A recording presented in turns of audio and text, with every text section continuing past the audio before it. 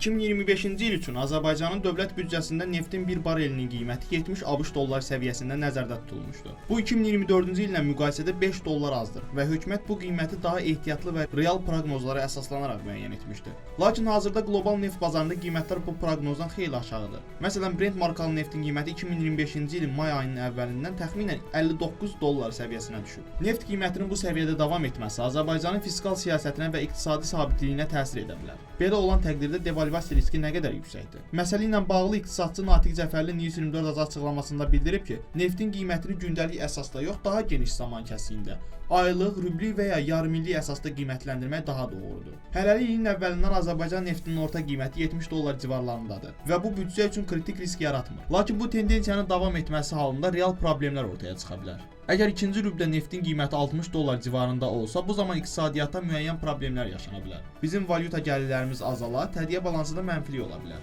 İqtisadçı həmçinin vurğulayıb ki, iyun ayında qiymətlər bu səviyyədə davam edərsə, büdcəyə yenidən baxılması, yeni dəyişikliklərin edilməsi qaçınılmaz ola bilər.